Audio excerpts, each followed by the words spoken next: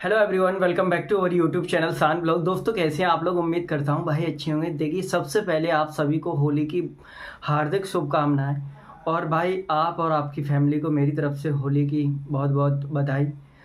और आज जो टॉपिक है एनपीसीआईएल के ऊपर रहने वाला है।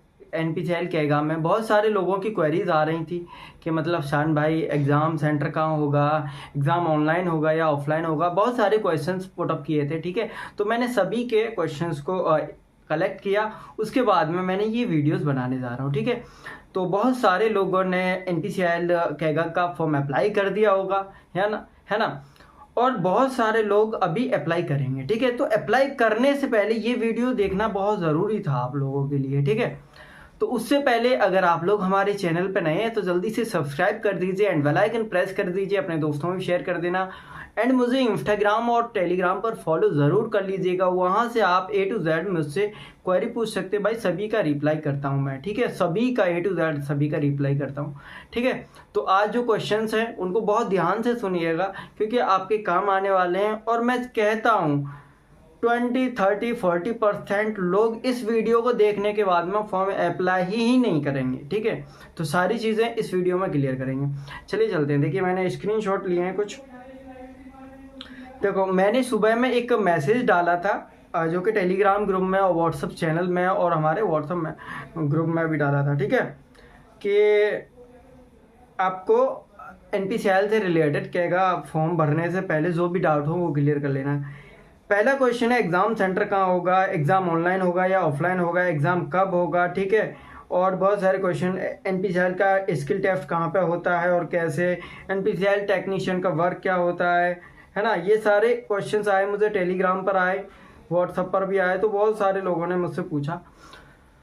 तो चलिए धीरे धीरे क्वेश्चंस ले लेते हैं। देखो, एक है अजीत। अजीत ने क्वेश्चन पूछा है, हेलो सर, सर ये जॉब आया है एनपीसीआईएल कैगा में, अगर रिलैक्सेशन में अगर एनपीसीआईएल में कॉन्ट्रैक्ट बेस पर काम किया है तो क्या उनको रिलैक्सेशन मिलेगा? जी हाँ भाई, बिल्कुल मिलेगा। जो लोग एनपीसीआईएल में कॉन्ट्रैक्ट बेस पर काम करते हैं उनके लिए फॉर्म भरते टाइम ही एक अलग ऑप्शन होता है, उसको यस कर देना, ठीक है। यानी आपने एनपीसीआईएल में कभी कॉन्ट्रैक्ट पर काम किया है तो आपके लिए एज रिलैक्सेशन भी मिल जाएगा एंड आपको प्रायोरिटी भी दी जाएगी, ठीक है। तो ये तो काम, ये एक क्वेश्चन का जवाब हो गया। अब दूसरा क्वेश्चन आया सन्नी की तरफ से, टेलीग्राम पर मैसेज किया है, भाई एनपीसीआईएल का इस बार कट ऑफ अप्रॉक्स कितना हो सकता है? ये एनपीसीआईएल कैगा के लिए बताया जा रहा है। मैथ्स का एसएससी पैटर्न होगा या बैंकिंग पैटर्न? भाई सुनिए सन्नी, अभी तो ना ही एग्ज़ाम हुआ है, ना ही अभी फॉर्म फिलअप की लास्ट डेट हुई है। तो हम कट ऑफ डिसाइड नहीं कर सकते कि कट ऑफ कितना होगा, ठीक है। वो एग्ज़ाम पर डिपेंड करेगा कि कट ऑफ कितनी जाएगी, ठीक है। एक है ये के कुमार, इन्होंने कहा है एनपीसीआईएल का स्किल टेस्ट कहाँ पे होता है और कैसे? देखो, एनपीसीआईएल का स्किल टेस्ट वहीं पर होगा जहाँ एनपीसीआईएल कैगा है। कैगा कहाँ पर है? कर्नाटक में, तो वहीं पर स्किल टेस्ट होगा, ठीक है।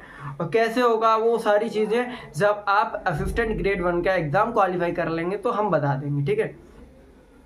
बट कंटिन्यू तब तक जुड़े रहना।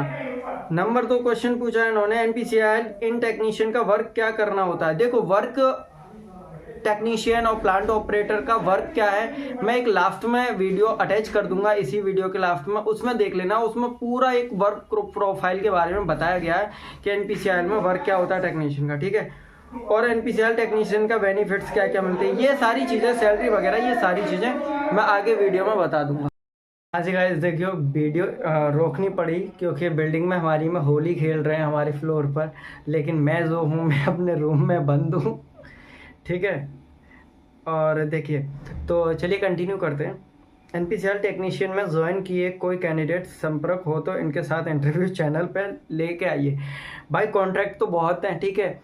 तो इंटरव्यू की वीडियो आज तक आई नहीं है। रिकॉर्डिंग तो मैंने बहुत सारी डाली है अपने फ्रेंड सर्कल की, ठीक है, जो एनपीसीआईएल में प्लांट ऑपरेटर हैं, टेक्नीशियन भी हैं, एचआर की पोस्ट पर हैं, ठीक है। तो बाकी अगर आप चाहते हैं इंटरव्यू वीडियो तो मैं लेकर आऊँगा बहुत जल्दी, अपने दोस्त से कंसल्ट करूँगा, ठीक है। बोलूँगा उसको कि लोगों की डिमांड है, तुमको इंटरव्यू में देखना चाहते हैं, ठीक है। बाकी सारी चीज़ें उसमें पता चल जाएगा, ठीक है। चलिए अगला क्वेश्चन है, अंश कुमार ने पूछा ये इन्होंने कहा है जॉब का 3 से 4 साल बाद ट्रांसफर नरोरा या रावत भाटा हो सकता है। भाई एक एक चीज बहुत अच्छे से सुनना। इन्होंने पूछा है 3 या 4 साल बाद एनपीसीएल कैगा से रावत भाटा या नरोरा ट्रांसफर हो सकता है। देखिए ट्रांसफर होगा तो आपका ट्रेनिंग के बाद, है ना, लेकिन जो ट्रांसफर होता है भाई वो इतना इजी नहीं होता, ठीक है। एनपीसीएल का मैनुअली अगर आप लोगों की ज़्यादा ही पहचान है कैसे यूनियन में, तो आप लोगों का ट्रांसफ़र हो सकता है मे बी। इन केस ऐसा होता है कि मान लीजिए एनपीसीएल साउथ इंडिया का कोई बंदा है, कर्नाटक का है या तमिलनाडु का है या केरला का है, तो उसको चाहिए अपने नज़दीकी कैगा में, ठीक है, पोस्टिंग। तो अगर वो रावत बाटा में या नरोरा में जॉब कर रहा है सेम पोस्ट पर, और आप अगर कैगा में लग जाते हैं, तो आपका 2 से 3 साल बाद ट्रांसफ़र एक्सचेंज हो सकता है। मतलब वो उधर जाना चाहता है और तुम इधर आना चाहते हो, तब आपका ट्रांसफ़र इजीली हो जाएगा। उससे बात करके फिर आपको कोई कैंडिडेट देखना पड़ेगा कि आपके कौन यहाँ का बंदा वहाँ जाना चाहता है, फिर आप यहाँ आ सकते हैं। इस तरीके से ट्रांसफ़र होता है, ठीक है। एग्ज़ाम पैटर्न रावत भाटा जैसा ही होगा। देखिए ये क्वेश्चन है, एग्ज़ाम पैटर्न रावत भाटा जैसा ही होगा। अभी इस चीज़ के ऊपर डिस्कस करेंगे अभी लास्ट में, ठीक है। अगला क्वेश्चन है, हाँ ये कट ऑफ के बारे में तो हमने बता दिया। सर जो जॉब आया है एनपीसीएल का, ये भी बता दिया। बाकी सुष्मिता रॉय ने पूछा एग्ज़ाम सेंटर कहाँ होगा, इनका भी मैं अभी लास्ट में जवाब देता हूँ, ठीक है। विश ठाकुर, इन्होंने कहा है भाई कैगा के लास्ट टाइम पेपर कब हुआ था, एंड सेकंड पेपर में मैथ्स 11th एंड 12th का आता है या अर्थमेटिक, क्योंकि मेरे एयरफोर्स एक्स ग्रुप की तैयारी की है तो अर्थमेटिक नहीं आता है मुझे। ठीक है, चलिए अब बताते हैं भाई मेरे जितने भी क्वेश्चन थे। एग्ज़ाम सेंटर कहाँ होगा, पहला क्वेश्चन एग्ज़ाम ऑनलाइन होगा या ऑफलाइन है, एग्ज़ाम कब होगा, ठीक है, और क्या क्या, तो ये सारी चीज़ें अब बताते हैं हम लोग। देखिए सब लोग बहुत ध्यान से सुनना, एग्ज़ाम सेंटर कहाँ होगा। जहाँ एग्ज़ाम सेंटर मतलब अकॉर्डिंग टू प्रीवियस ईयर सारे एग्ज़ाम सेंटर वहीं होते हैं जहाँ एनपीसीएल का प्लांट होता है। तो आप लोग मान लीजिए कि एग्ज़ाम सेंटर एनपीसीएल कैगा ही होगा, ठीक है। अब कैगा ऑफलाइन होता था, कैगा ऑफलाइन पेपर होता था प्रीवियस ईयर के अकॉर्डिंग, ठीक है। लेकिन इस बार ऑनलाइन होगा या ऑफलाइन होगा, इस पर 90% मैं कह सकता हूँ कि एग्ज़ाम आपका ऑनलाइन होगा, ठीक है। क्योंकि एनपीसीएल असिस्टेंट ग्रेड 1 मुंबई का भी आईबीपीएस ने कराया और एग्ज़ाम ऑनलाइन हुआ था, ठीक है। और एनपीसीएल रावत भाटा का भी पेपर ऑनलाइन हुआ और पेपर आईबीपीएस ने कराया, ठीक है। उसके अलावा एनपीसीएल नरोरा का तो पहले ही हो गया था, तो उन्होंने तो ऑफलाइन करवा दिया। बट अब जो चांसेस हैं वो ऑनलाइन एग्ज़ाम होगा। और एग्ज़ाम कहाँ होगा, अगर ऑनलाइन एग्ज़ाम होता है आपका 90% मैं कह रहा हूँ कि आपका ऑनलाइन एग्ज़ाम होगा, ठीक है। क्योंकि एनपीसीएल की अब तो पॉलिसी कह दिया है कि एनपीसीएल ने आगे जितने भी हम ऑनलाइन लेंगे एग्ज़ाम तो वो ऑनलाइन ही होंगे, ठीक है। अब आता है नंबर कि कहाँ एग्ज़ाम होगा। तो भाई एग्ज़ाम जो होगा आपका कर्नाटक के ही डिस्ट्रिक्ट्स में होगा, जिस तरीके से एनपीसीएल रावत भाटा का पेपर कंडक्ट हुआ है, और उसी तरीके से आपका एनपीसीएल मुंबई का जो असिस्टेंट ग्रेड 1 का पेपर था वैसे ही कंडक्ट होगा आपका। तो मुंबई वाला पूरे महाराष्ट्र में हुआ था, 16 डिस्ट्रिक्ट में, 18 सिटीज़ में, ठीक है। सेम ऐसे ही 7 सिटीज़ में रावत भाटा का हुआ था। सेम ऐसे ही एनपीसीएल कैगा के पूरे चांसेस हैं कि आपका पेपर ऑनलाइन होगा और कर्नाटक में ही होगा।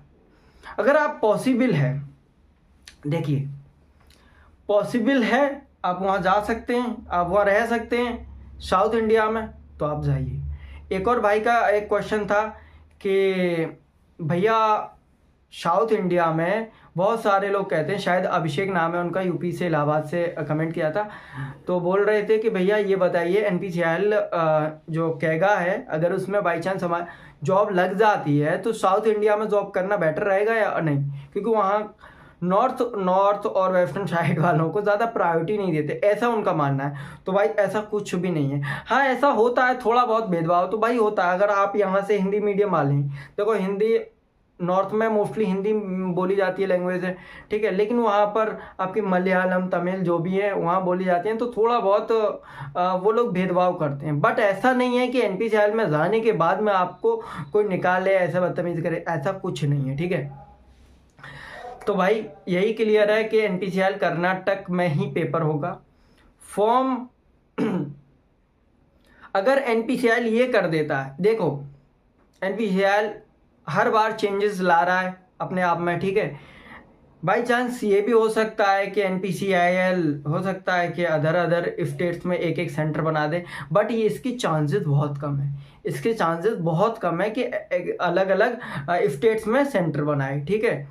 तो इसके चांसेस बहुत कम है। आप लोग अगर चाहते हैं, तैयारी करना चाहते हैं और एग्ज़ाम वहाँ देना चाहते हैं, फॉर्म तभी भरना, ये मान लीजिए कि हमारा एग्ज़ाम NPCL कहेगा मतलब कर्नाटक में ही होगा, ऑनलाइन होगा और IBPS कराएगा, ये मान के फॉर्म भरिएगा, ठीक है। उसके बाद में 100 या 150 रुपये का फॉर्म भरा जाता है, 100 रुपये फीस लगती है, ठीक है, 100 रुपये।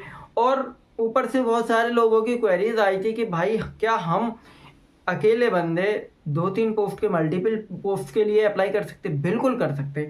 उसमें क्या होगा, आप थोड़ा अपनी ईमेल आईडी चेंज कर लीजिएगा, मोबाइल नंबर सेम रखना, कोई इशू नहीं है। आपका आप 2-2, 3-3 पोस्ट के लिए अप्लाई कर सकते हैं। जैसे असिस्टेंट ग्रेड 1 वाला है तो वो बंदा C&MM के लिए भी, HR के लिए भी और फाइनेंस के लिए भी फॉर्म अप्लाई कर सकता है।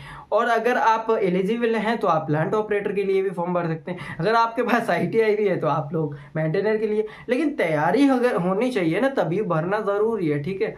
तो आप NPCL कर्नाटक में पेपर लेगा, ये सोच समझ के फॉर्म भर दीजिएगा। फिर आप तैयारी कीजिए, आप करना चाहते हैं तैयारी कीजिएगा और अच्छे से एग्ज़ाम दीजिएगा। अगर आप पॉसिबल है तो वहाँ पर जाइए, अदरवाइज आपकी मर्जी है भाई, है ना। जो मुझे बताना था प्रीवियस ईयर के अकॉर्डिंग, पहले एग्ज़ाम ऑफलाइन होते थे।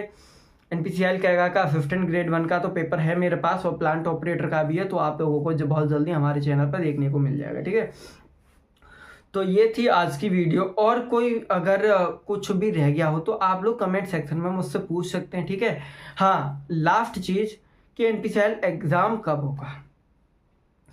अकॉर्डिंग टू प्रीवियस ईयर 2024 में हमको बताया गया था कि NPCL के जितने भी सारे एग्ज़ाम्स होंगे 6 महीने में last date of submission application form, ठीक है, 6 महीने के अंदर NPCL को एग्ज़ाम करवाना ही करवाना होगा। रिज़ल्ट कभी भी दे दे, मतलब रिज़ल्ट के भाई 2.5 महीने से ज़्यादा, 2.5 महीना होने वाला है, ठीक है, हो गया। तो अभी तक रिज़ल्ट नहीं आया रावत वाटा का, रिज़ल्ट कभी भी दे, लेकिन इनको 6 महीने के अंदर एग्ज़ाम कंडक्ट करवाना ही। तो मेरी नॉलेज के अकॉर्डिंग आप लोगों का एग्ज़ाम है, देखिए 1 अप्रैल को शायद लास्ट डेट है, तो आपका एग्ज़ाम जून या जुलाई में 100% होना है, ठीक है। जून या जुलाई के अंदर 100% आप लोगों का एग्ज़ाम हो जाएगा NPCL कहेगा का, ठीक है।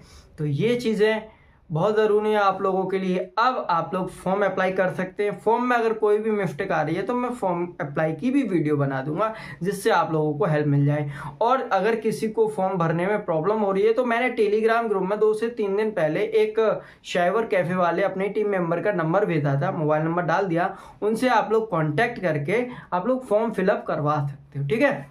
तो जो भी क्वेरीज हों, और आपका डाटा हमेशा सेफ रहेगा, ऐसा नहीं है, ठीक है।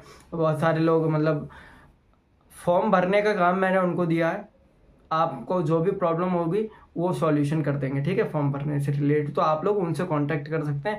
व्हाट्सअप चैनल में भी डला हुआ है उनका नंबर, बाकी टेलीग्राम चैनल में भी डला हुआ है, ठीक है। तो जाइए, और ये वीडियो अच्छी लगी हो तो जल्दी से लाइक कर दीजिए, अपने दोस्तों में शेयर कर देना, और ऐसी ही वीडियोज़ मैं लेकर आता रहूँगा। Okay, thank you so much.